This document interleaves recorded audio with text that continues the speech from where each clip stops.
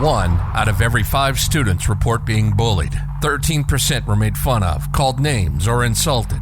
They were pushed, shoved, tripped, or spit on. 1 in 5 tweens have been cyberbullied. It's a problem, and it has to stop. Welcome to Bully This, a hero's journey. There's light at the end of the tunnel. Our passion is to show kids that there is life after bullying. You'll hear from former bullies and bullying victims, and you'll hear how they made their journey from troubled youth to successful adults. Welcome to Bully This, a hero's journey. Now your hosts, Tyler Copenhaver-Heath and Clifford Starks. Hello, and thanks for tuning in to Bully This. This is episode 11. I'm Tyler. I'm Clifford. I seriously can't wait for you to meet our next guest. I'm excited. Oh, she's amazing. I've been following her for a long time. I love that we're able to now help bolster people that deserve not only help getting further platform for the good that they're doing, but also a little bit of attention and that people are watching them. And so I love that about what you and I are doing here. And so I'm really looking forward to our guest today so we can do just that. Looking forward to it. But first, I don't know if the audience would be disappointed. But if we didn't do our celebrity bullied person anymore, so we're going to keep doing it until they tell us they don't like it. Sounds like a plan. But this time I kind of made it a little bit more lighthearted, and I made up some of the clues because let's be honest, you don't do very well. And so I'm trying to help you a little bit. And Thank you. an audience at home, let me know how often you guys get it. And maybe I need to tweak the clues because maybe Cliff's not the only one not getting it. So this week's celebrity that was bullied, he moved around a lot in his youth. A quote from him: "I was always the new kid with the wrong shoes and the wrong accent."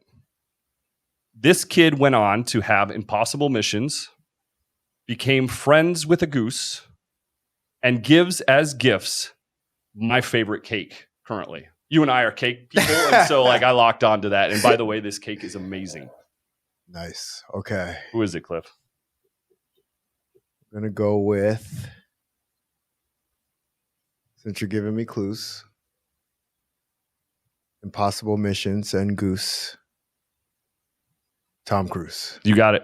Obviously, yes! Yeah. Obviously, Goose from Top Gun, Mission Yes. Impossible. Yes, Tom Cruise. You would never think it. It's I'd never heard that about him before. The accent kind of threw me off, actually. Yeah. Yeah, I didn't know there was. And what's interesting, as we're going through this journey, people find whatever they can find to pick on someone. Yeah. Whatever they can find, and they'll just pick on them for it. So, yeah. And what's weird is usually we're noticing more and more that's the thing that they grow up and it's they're super. That's their talent in some way or shape or form. Okay. So super excited about the next guest. Yeah. I am such a fan of hers. In fact, I didn't know of all the things that I'm involved with these days, if she should be on Game Changers, if she should be on Redefining Heroes, or here on Bully This. Yeah. Today, we have her on Bully This, but to me, she's all these things. She's Nice. A game changer. She's redefining the word hero, and she's a champion of Bully This. And so really excited to have her. Going to give you a little bit of background, and then we're going to chat with her. Our next guest has a background of collaborating and contributing with the work of nonprofits, schools, and philanthropies around foster care advocacy.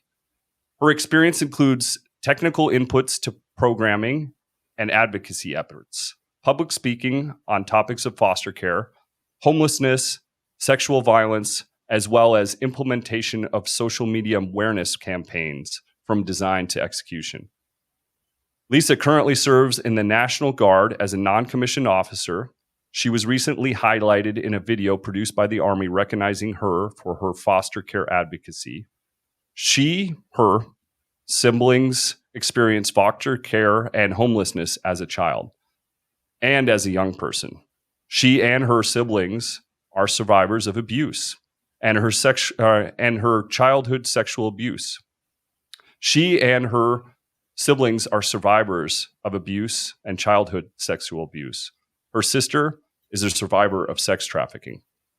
Lisa has critical insights into the experience of children facing the risks of sexual exploitation, abuse, and trafficking, understanding of processes and protocols within the government systems that serve youth victims, as well as the identification of key limitations and opportunities from a crucial lens of this issue.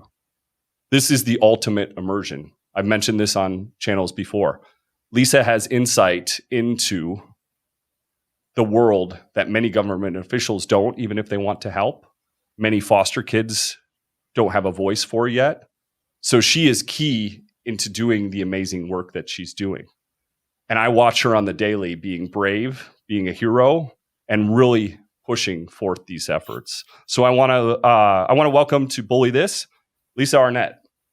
Hi, guys. Lisa, Hey, thank Lisa. you so much for coming. Thank you so much for having me. I'm really excited to be here. No, we're really excited about you. You and I have been corresponding for a long time. I watch you on the daily, the things that you're doing. I appreciate you so much. I appreciate your bravery. I know it's not always easy for you, and it's one of the reasons I wanted to bring you on Bully This is so we could talk a little bit about that. Cliff, I know you and I are usually pretty calm guys, and I think I'm going to rile you up today with some of this stuff because some of the stuff I see that happens to Lisa just isn't fair. So I believe it. You know, it sounds like, well, respect to you, Lisa, for breaking through, you know, getting to the other side, transforming and helping others transform in the journey. So I look forward to this conversation. Yeah, absolutely. Thank you.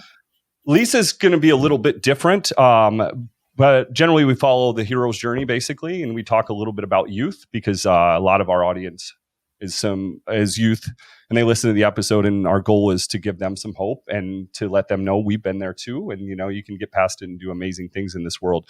And Lisa has some amazing tools, some tools that I agree 100% with, you know? And so Lisa, if you wouldn't mind, I'd just like to get the kids a chance to get to know you a little bit better and talk a little bit about younger Lisa and some of the things that you had to contend with and maybe some of the ways you've used that.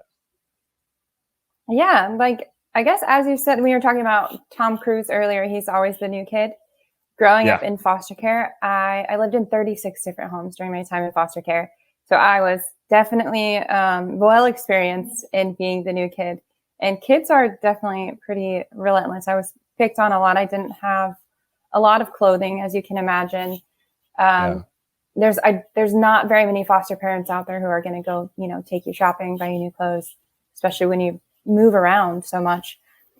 And so I grew up in foster care. I was separated from my siblings, and then we each kind of had to follow our own path. I found out later that after we were separated, my sister was trafficked, as you mentioned when you were reading my bio. And that's when I really got into trying to change the foster care system for others. There was not really any good reason or any justice for any of the things that happened to me or my siblings. And there's no real plan in place to fix the flaws that are happening now. So I joined the military. I was homeless for 3 years after I got out of foster care. I aged out at 18. I didn't know what I wanted to do. I knew I wanted to do something in foster care, but I needed to get on my feet first. So I joined the military. I got my degree, and I happened to really enjoy my job. I'm a helicopter mechanic. That's and awesome. I couldn't find a way to use my degree in a way that that I could see fit. So I use it for my volunteer work, and I do a lot of public speaking, volunteer work. I was on Dr. Phil recently, just talking about foster care reform and these things that really need to change. And like you said, people need representation. So other foster youth need to see foster youth succeeding, and in a way that doesn't feel so far removed, in a way that they know that this is attainable for all of us. I absolutely agree. If you can never read a story or see somebody out there that's done it, you can't think you can do it, right? Like, oh, that's not for me. That's for a different caliber person. I can't do it. But once you've seen somebody walk that road, it becomes a little bit like, maybe I can do that, right? It's still hard to imagine. I don't know how I made it this far. But that's what I'm hoping to do is stay relatable to youth, stay relatable to them, and let them know that like I made definitely my fair share of mistakes and I still do. And when I see people who are doing the same things that I'm doing and in different, aspects, I'm like, wow, I can't believe that they're doing all these things. And somebody would be like, hey, you're doing the same thing. And I'm like, oh, I am. Lisa helps me on the daily understand things, and I'm going to drop back to younger Lisa just for a minute before we move on. And I'm going to bring up something I heard recently. We actually had a group in here and they work around youth incarceration. And so they were in here asking us for some advice on podcasting and that sort of stuff. And it came up that they're actually putting, and I had to actually ask Lisa about this. I'm like, how could this be true? And I'm like, I must have heard it wrong. And, I'm like, I wish I was recording it or something because I went over in my head 16 times. I'm like, so we have times when foster youth has nowhere to go and we put them in the same place as incarcerated kids that have done something wrong. And then Lisa, I want to bring you into that because you've had kind of an experience with that. And I had to ask you, I'm like, there's no way this is possible, And so can you give us a little bit more intel on that? Yeah. So there's a couple different scenarios in which that happens. And generally, I can speak for the state of Oregon, at least. I know that recently they were in some hot water because they were having youth stay in hotel rooms by themselves because they didn't have homes. And then they actually bought out an abandoned juvenile detention center. And then they were using that to have children in. And then there are other instances where you're put into like a juvenile facility that's actually a functioning juvenile facility or a group home or some kind of like lockdown treatment type center home just because there's no homes for you to go to. And you were in something kind of similar to that for a little while, weren't you? Yes. And that's what I was going to get into because when you're, even as an adult, like especially as an adult, I wouldn't want to be, picked up off the street and locked up somewhere against my will without warning, all for the, like, and we're doing this to children, but like all for the fact that they just don't have parents, which is something that they have no control over. And I just remember being there and I acted out. I didn't follow their rules. I didn't want to follow their rules. I didn't belong there. I didn't do anything to be put in there. I didn't do anything, I guess, quote unquote, bad. I don't believe there are any bad kids, but what's the incentive to follow the rules even if you do, you end up in a juvenile detention facility? Yeah. What else are they going to do as a discipline? It's like, that's usually something it's like, hey, if you're not good, I'm going to send you here. But instead it's like, we're just sending you here, And so, and then like, I know a little bit about the adult incarceration rates and things like that. And it's a huge problem because most people that go to jail go back to jail. So now we're putting people that don't even belong in jail, kids, most moldable time of their life too. And then we're expecting success afterwards. And I don't know what we're thinking with that. Well, it creates what is called the foster care to prison pipeline. And that's a term that's used a lot in the foster care world. And children who go to group homes are like 2.5 times more likely to end up in the justice system as adults, like the criminal justice system. Wow. And I believe it was California that I read this about, but it was, I think over 80% of the people on death row were from foster care. And I'll have to go back and find that statistic. I think it was even higher, but I don't want to say the number that I think it is just in case that one is wrong. I wanted to say some that was like, it was lower, but I'm pretty sure it's even higher than that for California in that year that the study was completed. She teaches me something new every day. And like, talk about collateral impact. So if that stat's right, and it's hard to remember every stat, but if that stat's right, if we can kind of think backwards, it's like, that's where the change needs to be made, someplace way, way backwards. And it could be even starting with, let's not let foster kids that haven't done anything wrong go to jail. Maybe that's a good place to start. Yes. Well, I have another statistic that I definitely did look up, and foster youth who are in 5 or more homes are 90% more likely to end up in the criminal justice system. That's insane. Yep. I mean, before I forget about it, I don't want to go we might bounce back and forth a little bit, but there's so much info I want to get on to Lisa, because this is as much awareness as possible, because there's so many things that I like to think I'm pretty in tune with this issue. I like look into it a lot, and that's how I ran across Lisa. But she teaches me something new daily. That's astounding. And like one of the biggest things we talk a lot about, right, is age out stuff. Can you go into age out a little bit so the audience can understand what that is and like why that's a vulnerable period? Yeah. So aging out means that you've come to your end of the time in foster care. So the foster system is no longer going to take care of you or support you. And usually that happens when you're 18. But in the last decade or so, a lot of states have been making changes. So states are each responsible for how their foster care system works. It's not a federal run thing. And so each state has a different age out number based on what their state has decided. It's usually 18 or 21. And most of the time it's just, you're really surprised. You're caught off guard. They're like, oh, this is your last day in foster care. And I remember for me, I was like, okay, where do I go? It was the day after my 18th birthday. And I was like, okay, where do I go? And she was like, I don't know the mission. Try the mission. And I was like, I can't. The mission is the Christian homeless shelter. So I can't go there. I lived in a grimy part of the city. I was like, I can't go to the homeless shelter. And I just ended up staying on people's couches. And that is the case for most youth that age out. Like 50% of youth that age out will struggle with homelessness. And the number gets higher than that as the years progress. Because usually when you're young, you have a lot of friends, that you can, which is what I did, stay on their couch. But as the years progress, we see more and more foster youth ending up homeless.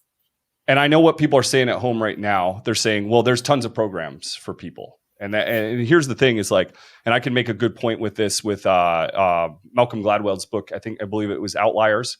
And he talks about Oppenheimer and then this just random guy, both genius IQs, right?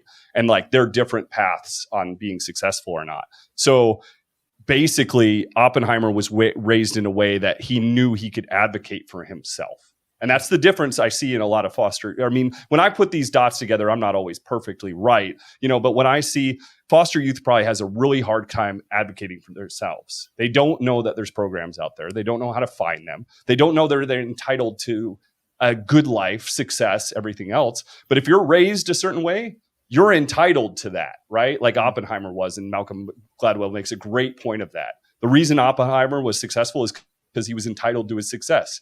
He didn't take no for an answer to his success. This other guy had a moment along the way where they told him, hey, you can't get into class this late. I don't care what your work schedule is. And so he dropped out. He didn't know he could go in and advocate the rules differently. Or the foster youth that's Lisa's talking about. They don't know how to advocate. And Lisa, please correct me if I'm wrong. They don't know how to advocate, how to get into these programs a lot of times. And, and like know that they're entitled to having a decent life. And, I mean, can you help me explain to people it's not that easy? They don't. And this is what I spoke about this at a scholarship, foster youth scholarship that I did the other day. And one thing that I said, which is completely spot on with what you just said, was ask and keep asking. For every 10 people that tell you no, there's one that's going to say yes. But for foster youth, especially when you've grown up in so many homes where so many different types of parenting styles, which usually aren't the greatest, abuse, you don't want to keep asking, because after someone tells you no the first time and you ask, you don't know if you're going to catch a backhand. You don't know what's going to happen. And coming into adulthood, I know for me, from my personal experience, I didn't realize that I was an adult. I didn't realize that those options were available. If somebody says no, I can offer a different option. I can say something else. It felt still scary. And that's one thing that I try to talk to the youth that I mentor about is advocate for yourself. Like this is this person's job. Like this is your caseworker's job. This is so-and-so's job. Advocate for yourself. And it's okay if people are angry at you, because you're safe. You remind yourself that you're safe. You're going to be safe. And it's okay to advocate for yourself. And it's okay to make people mad along the way. Even if they get angry, you need to realize that you're worth that. You're valuable. Like your feelings don't come underneath their feelings. It's okay if they're mad at you, because you're sticking up for yourself. It's such an interesting topic because I look a lot into people that are raised in poverty, basically, and foster youth is the epitome of that, really, and then people that were raised of means, and what's the difference, right?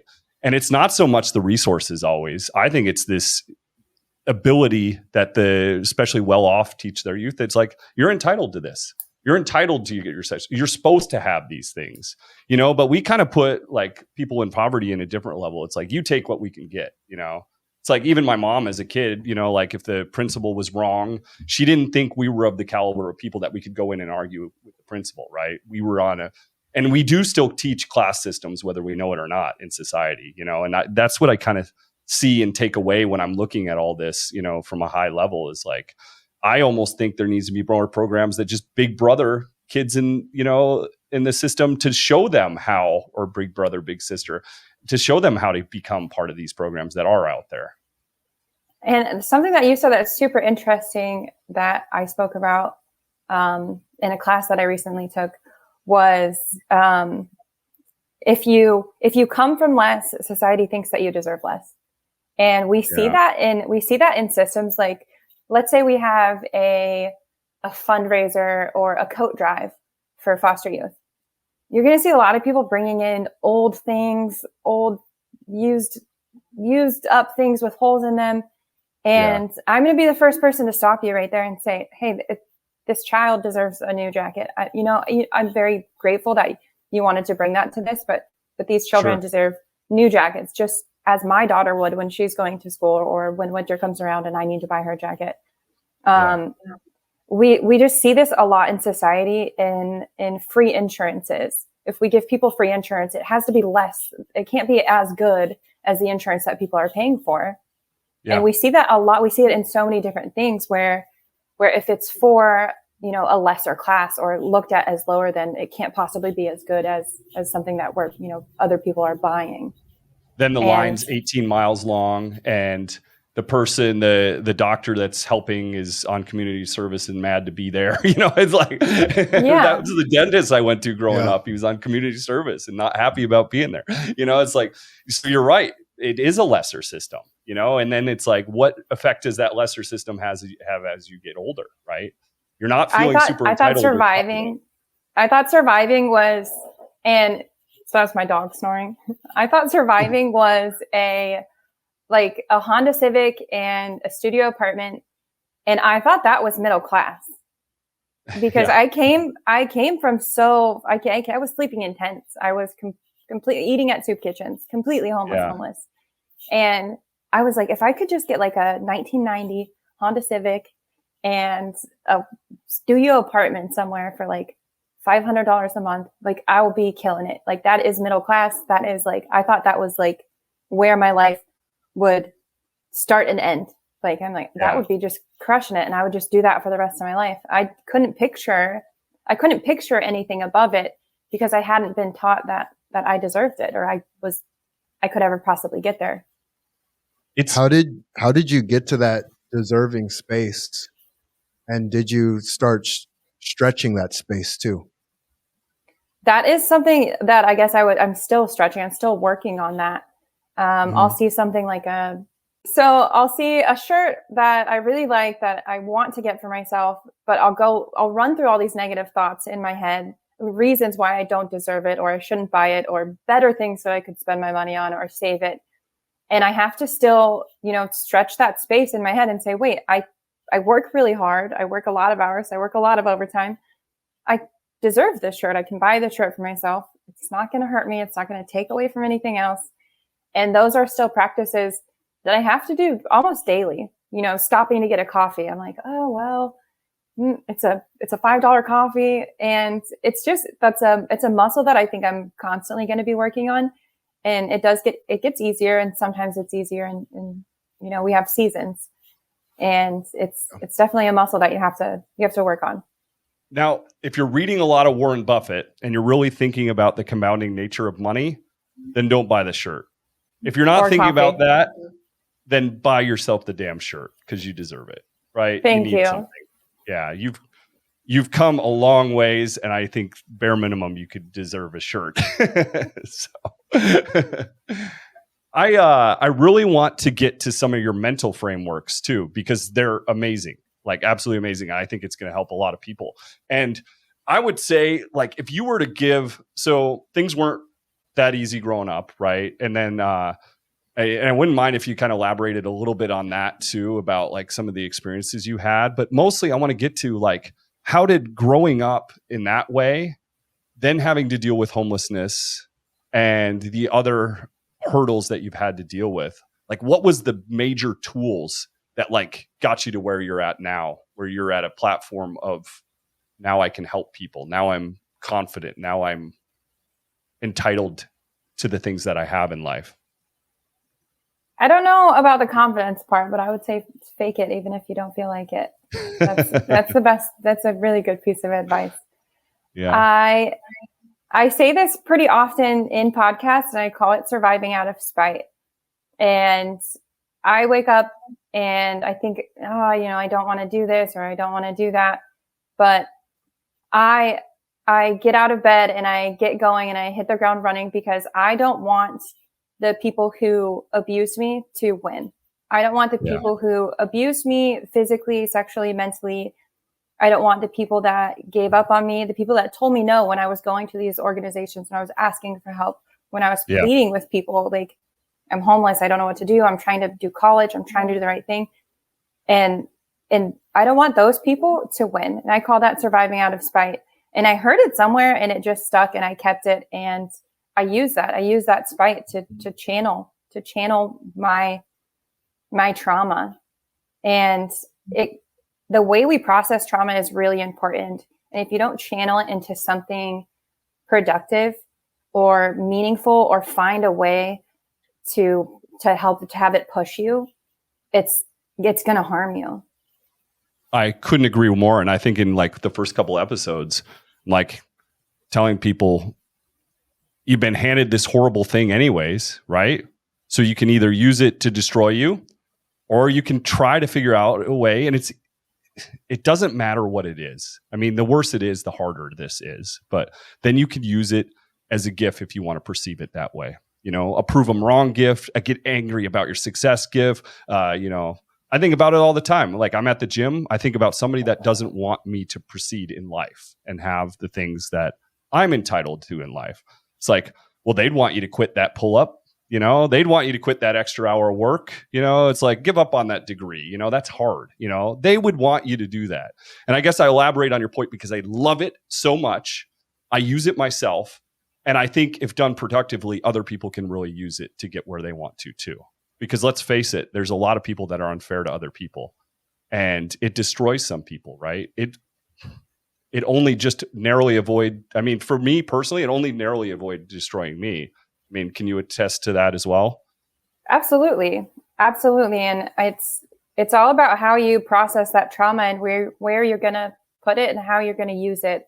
And every day is different. And I don't want people to think like, that I'm out here every single day, always doing, 100%, because I'm not, no one is, and that's not healthy.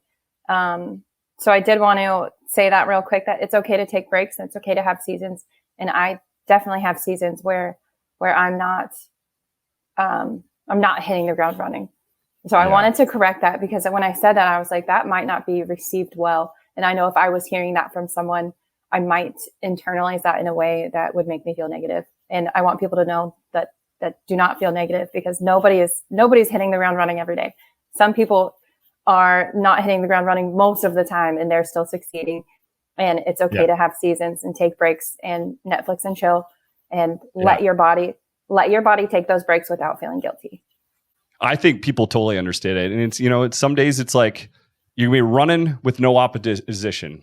And then some days you're going to be in a trough of muck, flooding through it as best you can, right? It's like they can't all, and it's pushing you backwards a little bit, right? They can't all be good days, but I love the speaking of your truth, the frameworks, and it's interesting, like, because we do want to be respectful of everyone who's listening to what we're saying, but you're not only a survivor, you're a thriver. Yeah. Right. And then you talk about focusing that energy. Can you explain to me, like, how do you go about focusing it? How do you take it to the level that you need to take it to when you need to take it to that? Can you reframe that? Absolutely. So there's a piece where surviving out of spite, is that how you put it? Surviving out of Yes. spite. It doesn't even feel like survival. It feels like a thriving, because there's a gear that you step into. There's something that you push through.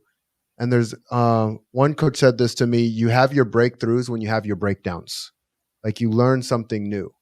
And so as you've gone through your process, where did those breakthroughs come in, where you're just like, oh my goodness, I'm thriving?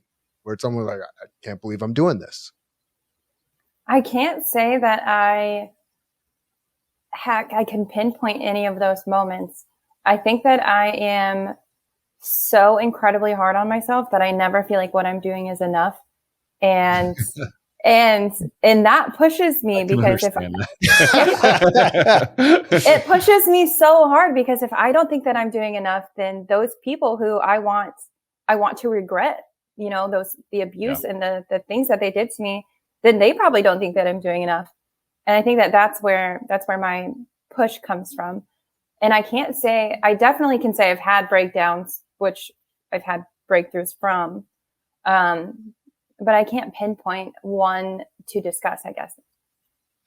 The interesting part too is, like, a lot of people don't realize this on a fundamental level, but growing a muscle is literally tearing that muscle down, right? Yeah. And then you eat stuff that repairs that muscle, and guess what? It grows back bigger, And I think maybe that's a great example of what your mindset is, right? You get torn, you get hit, you feed it, and it grows, and it makes you a better person. Right? And you give it rest. And you give it rest. Yes. I've not always been great at that either. Well, I will say one thing is, there's a saying: God will hit you with a feather, a baseball bat, and then a semi-truck. I've been hit by a lot of semi-trucks. I think we all have in this room.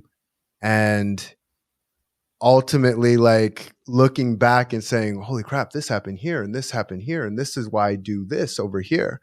You are a star. Yeah. Like, you're an absolute star. Yeah. And you're shining. Thank you. Yeah. And it is like, there's no way that you can say something within 5 minutes. And this is what I've learned in my journey. So hopefully it supports everybody. If I say what I do in 5 minutes, it's not enough. Like, someone's going to find somewhere to pick at the message. Yeah. Like, they're going to, oh, well, what about this? And what about this? Life's a fluid game. Like, it's such a fluid game. And ultimately it's the game of how do we thrive? Like, how do we thrive in this? And so the message that you send to the foster system, like, if there were kids listening to this, if there were even adults listening to this, what do they do to thrive? Like, if they are caught into that, like, who do I ask? Who do I talk to? Is there something that you would say, this is what I would do if I was in that situation? Yes. So what I tell kids, and I think I mentioned this earlier, is ask and keep asking. For everyone that tells you no, for every 10 people that tell you no, there's one that's going to tell you yes. That when you do hit a roadblock, or you hit one of those breakdowns, this is a meditation that I do, and I say, is this going to affect me in 10 minutes, a day, a week, a year? And if those answers, and I process those answers accordingly, and I give myself time. I'm like, okay, well, let me just get through this next 10 minutes and it'll be over and it'll be done. And I think that we often see our life and our healing and our recovery as like having a goal, like a set goal. I'll date once I'm healed. I'll focus on this once I'm recovered from this, or once I'm fully healed from this, and once I've processed this trauma. We kind of put everything as like a goal, like, oh, if I'm 250 and jacked. Like that's my goal, and that's it. That's where I want to be. But that's not a fair way to view life. It's not a fair way to view healing. It's not a fair way to view your fitness. Because I did, I think it was a 75 hard challenge. Yeah. Mhm. And once I was done, I was like, oh, I'm done. Yes. And like, I even stepped foot in the gym since. I'm curious about your mind this way too. Do you promise yourself things at times and then do the takeaway? I'll give you a good example really quick. It's like, let's say I'm tired and I'm going to go train with Cliff. We used to train about noon every day. Yeah. And I remember like some days I'd be like, cause I used to wake up at 3:00 in the morning. I'd be falling asleep in the car on the way there. And I'm like, man, I can't do this today. Or you know what, Tyler, you make it through this workout and you get this tremendous chocolate cake shake from that place up the street, right? Promise myself the chocolate cake shake. Oh, I'd be so excited. Go in, train with you guys. I'd pass the chocolate shake cake. I'd pass the shake by. You know, I promised myself that. But then when it came time to give it to myself, I didn't do it. I don't actually need that. Yeah. I don't want it. Yeah. I guess I would seem say like I a do stuff takeaway. like that. What's that? Yeah. I would say I do something like that, but it's because I'm mad at myself. I'm mad at myself and I had to ride myself. And I'm like, well, I don't deserve that anymore. And All right, you know what? You deserve like, your chocolate. You deserved your chocolate shake. You know what? Yeah. Tyler said this. I was going to get driven crazy. That drives me crazy. You guys, if you guys promise yourself stuff, you got to be respectful to your brain because your brain's like, what the? Yeah. You said you were going to do that for me. Where's my chocolate cake? I literally pumped dopamine for this. But I really think we have to stop viewing things as goals because like you said, life is fluid and there's no end goal. There's no end goal because if you set an end goal, then your progress stops. Your progress stops once you reach that goal. And there's no such thing as an end goal with healing. There's no such thing as an end goal with recovery from trauma. There's no such thing as an end goal with learning and emotional growth, self-growth. There's no such thing as an end goal because once you hit that end goal, you're not going to grow. And healing is a never-ending journey. Self-growth is a never-ending journey, and fitness should be. But I just need to get back in the gym. Well, I will say you're doing amazing, and so I have something called the Fighter's Formula, and I talk about the cycle of things. And you were talking about a cycle is like respect your cycle, right? And it's like, oh, we all have some sort of cycle that we're going through. And I go, what if we were to cycle up? You know, we cycle up because when we get through something, a pain or a trauma, it allows us to help others get through that pain or trauma. And I may have lessons that you have, but only you can support your tribe in the way that you can support your tribe. And they'll only accept you to support the tribe. Just as some people might only accept me and some people might only accept Tyler. And as I went through this journey, I'm like, holy crap, it's a light versus dark thing. Like it's a light versus dark thing. Yeah. And when we can get that through, now we know what to look for, who to look for, and who to support and who to call out on their shit. You know, no, kids shouldn't be locked up and put into a place to be poorly conditioned. I mean, that is what is happening. Kids are being put into a place to be poorly conditioned, and then they're growing up without a chance in the world. That's not right. We're setting them up for failure. And we haven't even, this seems like a good time because Lisa, I want to talk about this part because I think it's imperative that people know this from awareness aspect. Can you talk about some of the stats around, especially I think it's 16 up, age out foster youth area and the sex trafficking, sexual abuse. Yeah. In So foster care. Depending on where the statistics come from, we don't have a lot of up-to-date or really great information around sex trafficking and foster care. And I could go into the list of reasons for that, but I won't. But depending on where you get it, as many as 90% of the children rescued from trafficking were involved with foster care in some way.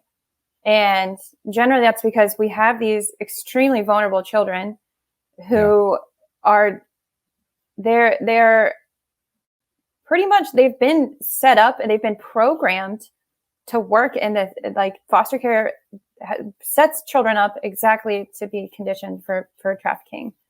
To accept love from anybody, almost from strangers, and to be trusting, because, you know, in 36 homes, I had to sit there from 2 years old. You know, you just meet someone, you're expected to form a connection with them and trust them and rely on them to take care of you, feed you, bathe you, clothe you. And they're complete strangers. They are complete strangers. And for most children, this would be traumatic. This would be an event that they wouldn't be able to recover from. And for foster youth, we're expecting them to do it over and over and over and over again. And when they meet someone, they're going to be immediately trusting. They're going to believe them if they're like, hey, I can buy you all these gifts. I can get you these things. And they're just extremely, extremely vulnerable.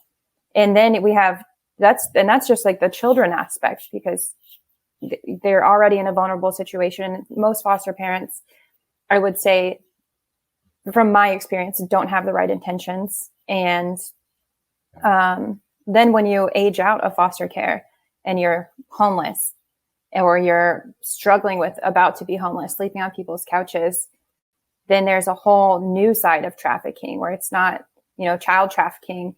This is adult trafficking. But then you get arrested and you're labeled as a prostitute, when really you're being victimized by somebody who's convincing you to do these things because you're so vulnerable, and the system that was created to protect you and help you hasn't set you up for life.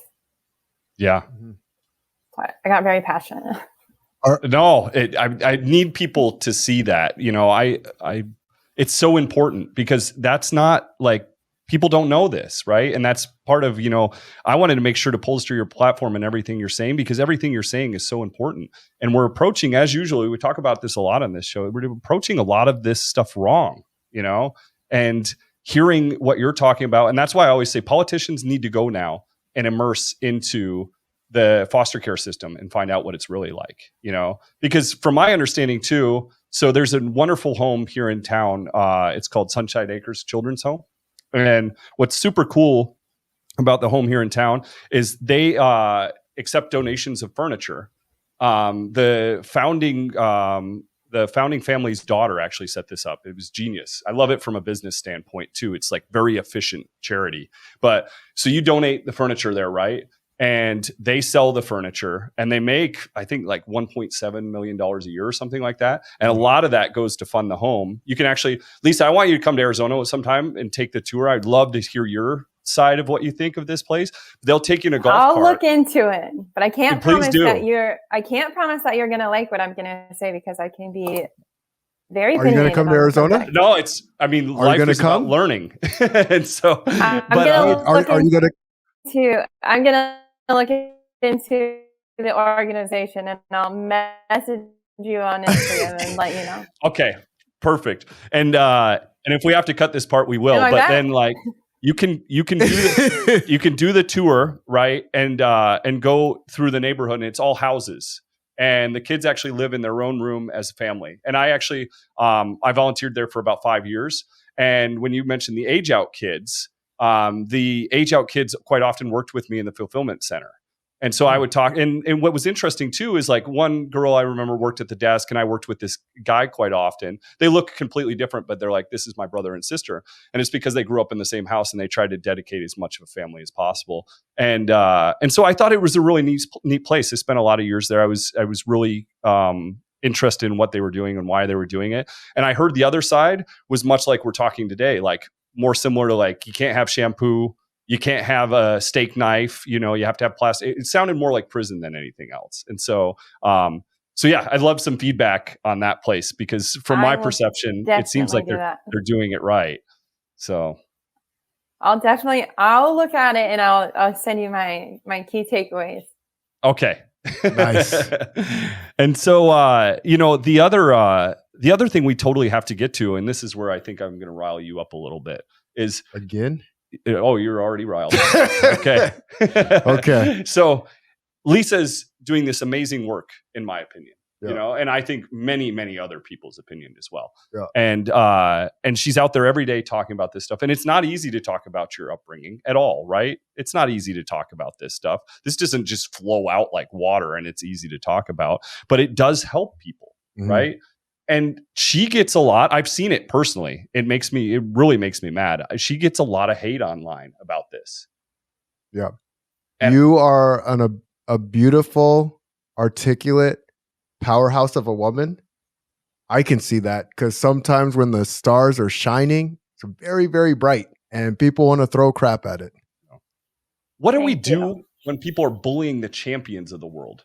There is not a negative thing, in my opinion, that Lisa's doing for the world right now with her online presence. You know, like when I watch her online, she's helping people. She's talking about issues that are really difficult to talk about. So that way kids can understand there's somebody else going through it so they can get through it. And now we have people trying to because honestly, Lisa, if you listen to them enough, you'd go back and you'd stop doing social media altogether, you know, and then like these kids wouldn't have you as a tool. So what do we do when people taken a break? I've been taking a break. What I would say, champions hang out with champions. Good answer. You know, I saw so Cliff and I are going to follow you around all the time. Yeah, you give me so there was a Rocky line. There was a Rocky line that Tyler sent to me. And it talks about life will beat you up, it will chew you up, it will spit you out, it will do whatever it wants to do. You mean nobody is going to hit as hard as life? Yeah, no one hits harder than life. And the game is surround yourself with people who are going to stand up with you or who are going to even pull you up to remind you of your dream and your mission. You know, I really got into, I lead leaders. And the reason I lead leaders, this game's hard. The game called life is hard. It's a hard game. And as is above, so is below. The people who lead the best are the ones who have gotten the most crap thrown at them. Yeah. And they figure it out. And they figure it out in such a way they don't just rise for themselves, they rise for others. That's the entrepreneurial journey. Yeah. That's the dream. Being able to solve problems for other people. And there's this zero-sum game that's going on where it's like, oh, well, that's not my problem. Make it your problem. Make it your problem. We're supposed to be in this game together. And yeah, leaders raise leaders up. If you don't have a heart for the situation in general, I'm sorry for you, for one. Yeah. But even if you want to talk about it from an intellectual level, let's just talk about it for a second. 90% incarceration rate. Yep. Do you know what that cost a society? Oh, yeah. If you don't want to use your heart to think about it, use your mind to think about it, right? It is something that everybody. It would cost less just to fix foster care in the first place. No, absolutely. Exactly. Isn't that crazy? And we don't pay attention. I talk about it all the time. You know, the little scientific circle of life, right? Mm-hmm. We cut the ants out of the system, you know, and next thing you know, the wolves starve, you know, and I purposely murder it every time on purpose. But the point is, you take one thing out of the food chain, it ruins the food chain. And it does the same thing in every collateral system, right? When we start by putting kids into the penitentiary, when they're supposed to be just going to a home or a nice family, or now we're not even vetting the nice family well enough that they're going to somebody that's, I'm not going to say, like, I don't want to get too far down that road. I would call people monsters and stuff. But, you know, like, I mean, that is not the right way to fix this system, right? Yep. So what we're going to do is continue to rise above and be strong for one another. Because, life, haters going to hate. And I could see why people would hate on you just because you are amazing. You're an amazing human being. Well, she's a badass helicopter. Yeah, pilot. Like it's just like she's beautiful. I gotta find something to hate on you to make my life feel just a little bit better. Like, see, you'd be a great zombie apocalypse partner too. You have all these skills.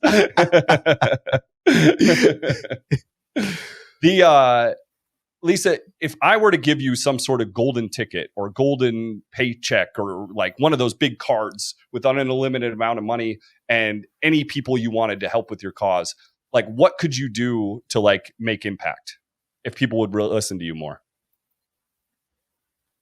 I think to make the biggest impact for foster care and foster youth outcomes, I would change the way that we vet our foster families.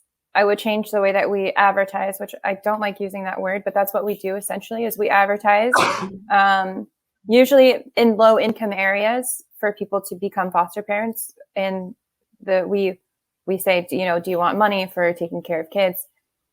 Pull a ticket and call this number. It's kind of atrocious. And we're starting from not a great place already.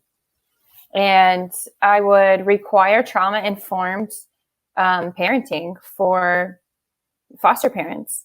Every child going through foster care is going through trauma. And when foster parents aren't trauma-informed, abuse happens. And abuse becomes so incredibly prevalent, the more traumatized the child is, because they're going to push your buttons. They're going to get on your nerves. And if we have a bunch of foster parents that don't have any idea, a lot of foster parents don't even know what trauma-informed parenting is. And we're creating more issues in children. We have to change the incentivized, foster parents are incentivized to say, well, this kid is violent, or this kid is this, or this kid has these health problems now, or these mental problems, and they get more money. So that foster parent might get $200 more for this kid a month, but now the number of homes that this kid can go to went from 75 to maybe 10, because there's no specialized homes for them because you made up something about them. And then I think the biggest factor is, sorry, I was going to say they could be giving them an unfair label to make some money, and then they're tagged for life. And that's exactly what happens. But we see it happen time and time again. They're incentivized to lie.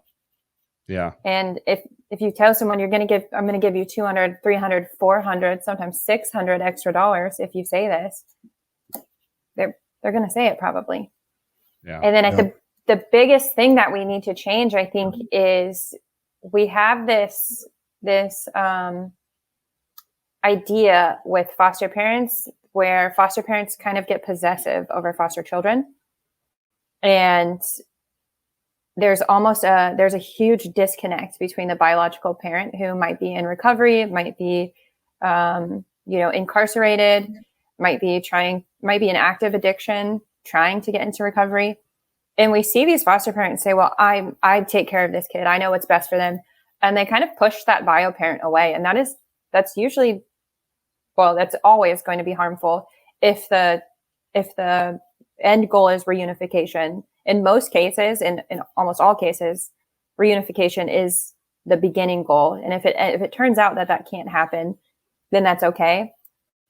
But if while reunification is still a goal or still on the table for this child and their parent, the foster parent needs to make sure to build that connection, build up the biological parent, help them, reach out to them, say, hey, this is what your kid is eating this week. This is what we're doing. We went to the doctors. And there's one really amazing person on TikTok. Her name's Laura, foster parent coach. And she has so many amazing examples of this. And I wish that every foster parent could be exactly like her. And if you check out her page, you'll see this is the foster parent that foster kids want. This is the foster parent I wish I could have had, that every foster child wishes that they can have.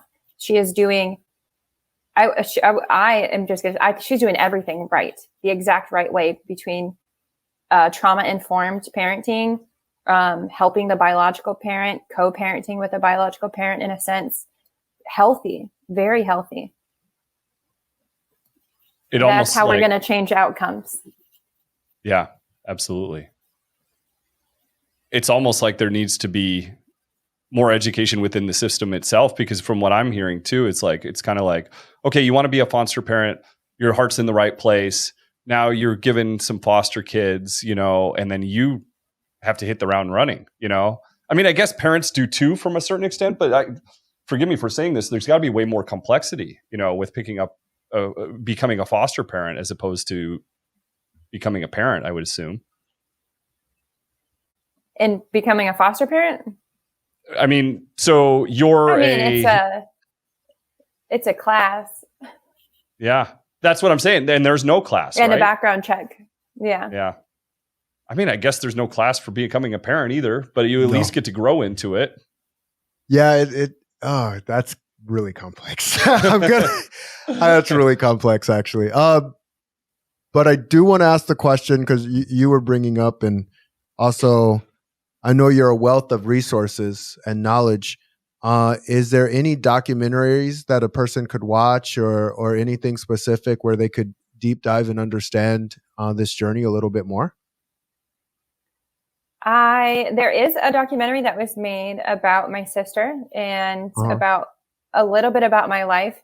It doesn't have a lot of great solutions. And also I want to give a trigger warning because it talks about very sensitive topics and abuse, sexual abuse and violence.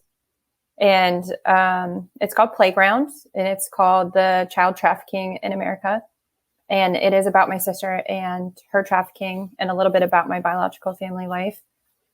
It doesn't have a lot of solutions that you're looking for, but it will give you insight onto how these things come about. Okay. Have you ever met, I believe his name's Tim Ballard, and he runs Operation Underground Railroad? I haven't met him. Okay. But I did look him up. I looked him up. Yeah. I feel like he could get a lot of, I mean, he's out there immersed in this and, and helping with it a lot, but, I feel like you could be a good advocate for all that. And I think you should talk to him a little bit about what he's doing. And, cause I think that your information is invaluable. I'm sure he has a ton too, but you're straight from the source, like you understand it, like nobody does. And I don't know if anybody's thinking about it from the foster angle, really. I think we all know there's a problem out there, but I don't know if we're realizing how much of the problem is it from the foster system. Yeah, absolutely. Do you know foster kids are forgotten about? Yeah. Do you know an Anthony Trunks by chance? I don't. Am I supposed to? So, well, he was part of the foster system too, and ended up playing in the NFL, part of Russell Brunson, like it's a marketing thing. But he talked about, this is kind of graphic. So skip this part, these 3 minutes if you have to. But they would have him lick a shoe to the point his tongue would start bleeding. Like just vile things. And he shares his story, but the guy's such a powerhouse. Like he's a powerhouse individual, and he has a podcast too.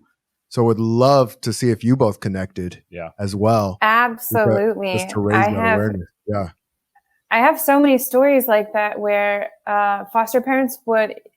I hear this a lot on TikTok. They're like, "Why didn't you tell somebody? Why didn't you do this?" First of all, I was a child. I didn't know that these things, like these weird punishments, right? Well, they didn't hit me.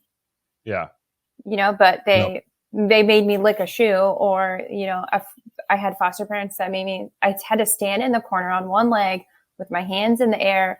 And sometimes I had to hold a book, sometimes not, but in the basement for hours and hours, like I'm talking like 8 hours, 12 hours at a time. And, if they came in and we switched legs, they didn't hit us, but they would get really close in our face and scream at us. And, some foster parents did hit, obviously, but when you're at a place where you're like, okay, well, they're not necessarily hurting me, or they're not hitting me physically, it can be really confusing. And so on TikTok, there's a lot of people who, they are bullies, and they're like, why didn't you tell someone? That's your own fault. It's confusing because if you're a child and you're in this situation, that the next one could be much worse, or the one that you came from previous was much worse. So you're in this gray area where, do I tell? Do I not tell? Yeah. And so I find that that really resonated with me, and it hurt my heart a little bit to hear that. I would love to talk to him, and hopefully we can speak about some of these things. Great individual. You guys would absolutely love each other. And I'll tell you, like, one thing, as we go through the cycles, the more and more cycles you go through, the humbler you get. At least that's from my perspective lens.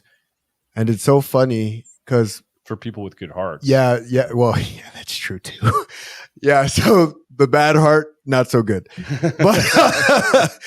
But when people are speaking, they're speaking through not knowing. Yeah. Like even as a fighter, everybody would know what to do sitting on the stands. Yeah. Sitting on the sidelines. 2020. Well, why didn't you do would've that? done Like, this.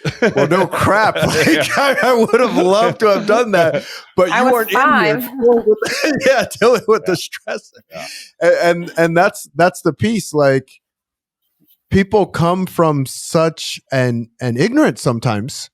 They don't take the time to actually listen to you and your journey. And that's fine. Like, leaders lead. And that's what I've just learned is I will use what serves me and just let go of the rest. If it's not serving me, okay. If it's triggering me, what's the point? It's not serving anything. But yeah, haters, especially on TikTok, I know they can really be crazy on there from time to time. Yeah.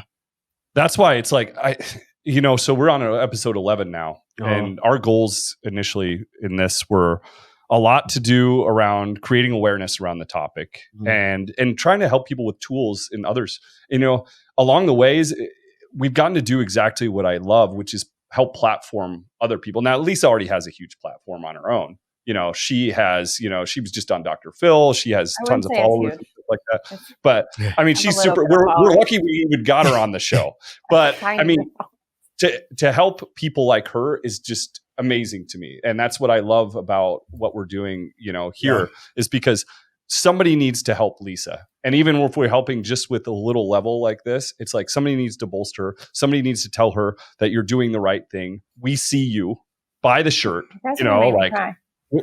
we absolutely see you. You're out there, like, you have tremendous amount of resilience and integrity and bravery. I watch you every day dealing with things that you should never have to deal with, and this is another reason we've said from the start. It's like, that's why you have to get, that's why I applaud Lisa even more, because you're helping the way that Cliff and I hope to some extent too, is like, get these kids out of those years where they're dealing with these things, because guess what? They grow up to be fucking amazing.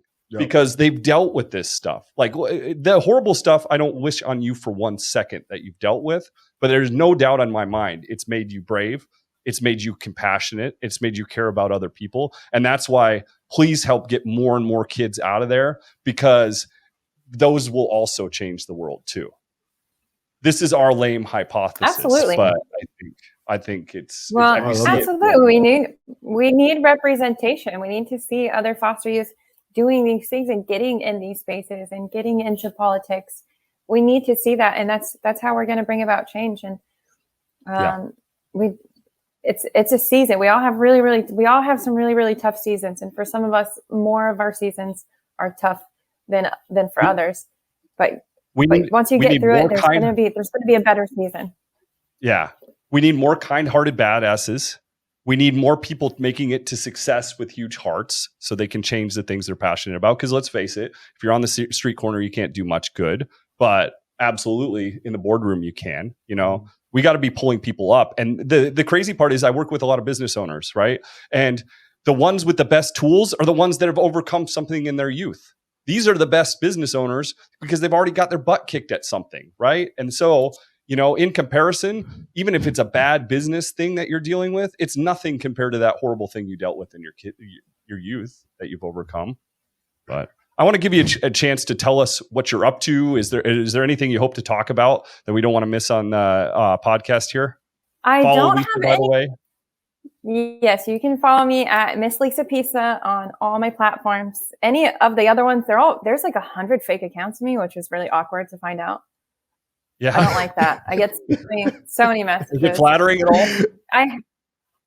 It's not. It makes me feel bad because I get a lot of these messages where people, they're like, "I've been talking to you for like 3 years." I'm like, you haven't.